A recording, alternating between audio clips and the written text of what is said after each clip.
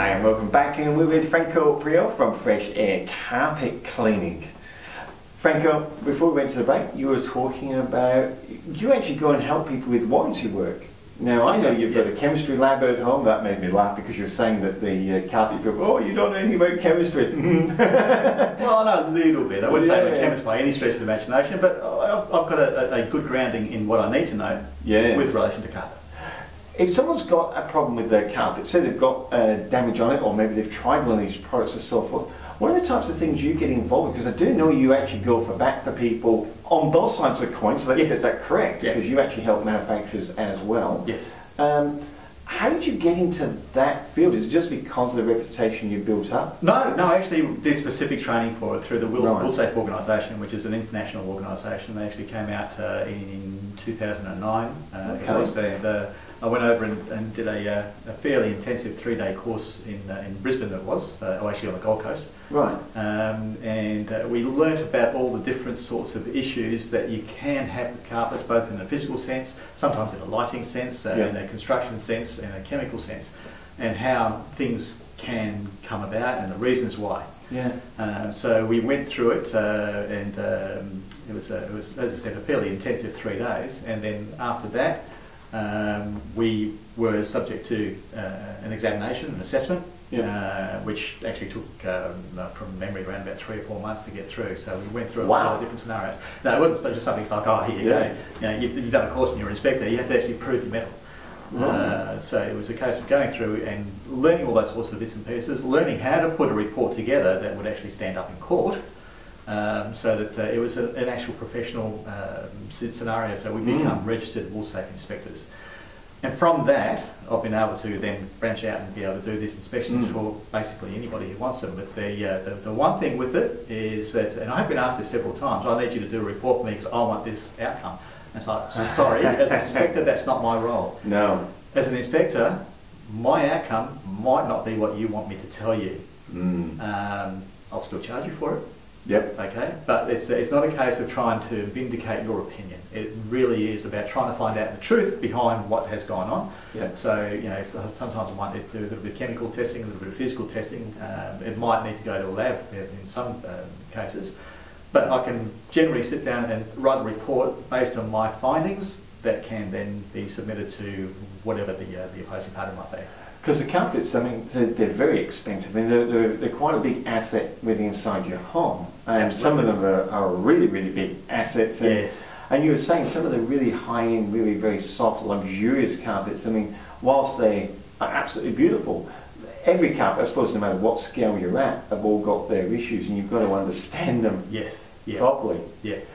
When you go in, is that why the carpet, why you get the reputation that people think you're fair, because you actually do go with that attitude? You're not there for one side or the other, you're just there to go, that was actually what caused it. Yes, that's right, yeah. And you told me about that time with I think it was a high-end wool carpet, and water affected it or something, wasn't it? Well, there's been, the one you're probably referring to was, it was a wool and viscose blend. Right. Okay, and it was a bespoke carpet, so it was custom made for that particular client. Custom-made carpet. Wow. Oh yeah, it was an absolutely glorious carpet. And walking on it was like walking on a cloud. Really? It was really, really nice. And it just this carpet almost sparkled the way that it looked, and it looked the part. It looked $1 million. It was probably worth $1 million, but it looked $1 million. But they didn't tell her about the issues that can develop with that particular style of carpet.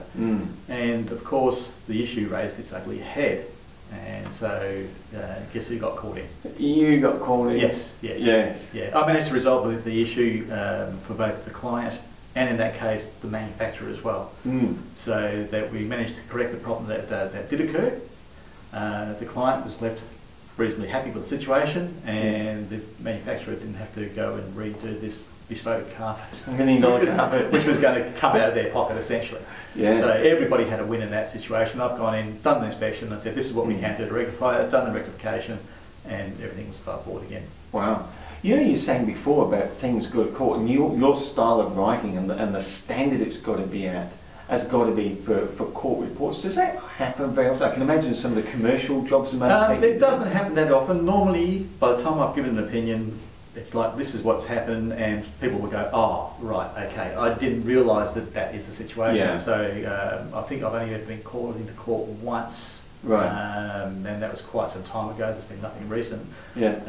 Yeah, there's been quite a few cases where I've had to write a report. I have a general template that I have which details everything about the carpet, from the date that it was purchased, from who it was purchased, what style it was, what batch number it was, if I can get the availability of all those sorts of things. Wow. So it's a fairly intensive report on what the carpet is, what the problems might have been, and then looking at the issues that have led up to whatever the situation is, and then give my conclusion at the end as to what I think has happened in my professional opinion. All these arms of your business, because you do the inspections like that, you do restoration work for people, you do recolouring, tough repair, and then you do training. You actually train people who want to get in the industry and get. Have you got a favourite part of this business that you like to go? I've got a favourite part. I like this bit the better. Actually, to be honest, I think probably the reporting parts are the best for me, because after you use the grey matter rather than just the hands-on type stuff. And that's really led me to a lot of very interesting situations and very varied places. I mean, I've been pretty much over a fair bit of the state doing that sort of thing. So that gives me a bit of a break from Perth as well sometimes, which is great. But yeah, it's a lot more interesting, because sometimes you go in there and you look at it, it's like, well, how the heck could that have happened? And you start to do the investigative work, which that in itself can be quite challenging and quite interesting. So you get to turn the detective hat on. Yeah, come out with a magnifying glass and the hat on. Sherlock Franco. Yeah. Sherlock Franco. We'll make a series. Is it? Are there times when you've looked and just scratched your head and gone, this one's just out of the box? And the good thing with that is that if I have got something like that, with the wool safe inspectors, we have a forum, which is a closed forum, and if there is a real curly one like that, I can then put it out to other people to see if anybody else has come up with the same sort of scenario, or to get opinions. Right. So I can actually look at it, and if there's something that I've not had to deal with before, or never seen anything like before, I've got other people that might have had something with that, or at least come up with a plausible suggestion which I can then follow through with. Yes. So I mean, most of the times I've got a fair idea of what's going on, and it's really there to confirm what I'm thinking, or just to see if there's a little tweak that I can throw in there somewhere to alter what I'm looking at, or how I'm looking at something. But yeah, that's a really valuable resource for me, and it's a great way of getting that little bit of extra information. So have you ever had one that's just completely stumped you? Not completely stumped me, no. Yeah. There's always been a reasonably valid reason, whether it be a manufacturing flaw or something that someone's not owning up to. I was wondering, that's why I was kind of going, do you ever go and go, what? And then they kind of, they're staying mum, I'm not going to tell them I did this to it.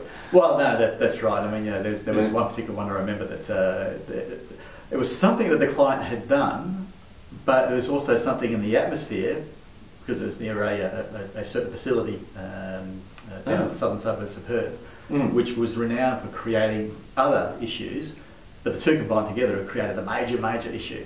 Wow. And so it was kind of the person's fault, but not. I had to put that in the report that whilst it wasn't entirely their fault, they were the initial cause of it, when it's exacerbated by something else. Yeah.